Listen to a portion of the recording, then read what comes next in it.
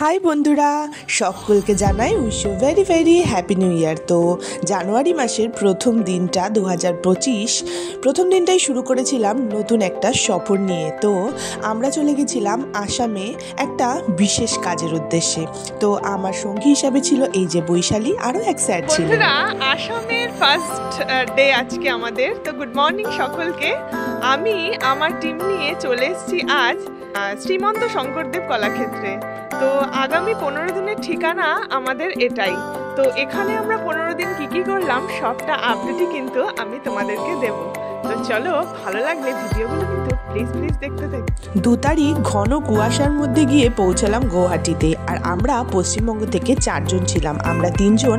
আর ওই যে দূর থেকে আমাদের নতুন বন্ধু আসছে মিস্টার দেবদীপ সেন। অচেনা অজানা জায়গায় নতুন 4 জন মানুষ নিয়ে শুরু হয়েছিল আমার 15 দিনের নতুন একটি সফর।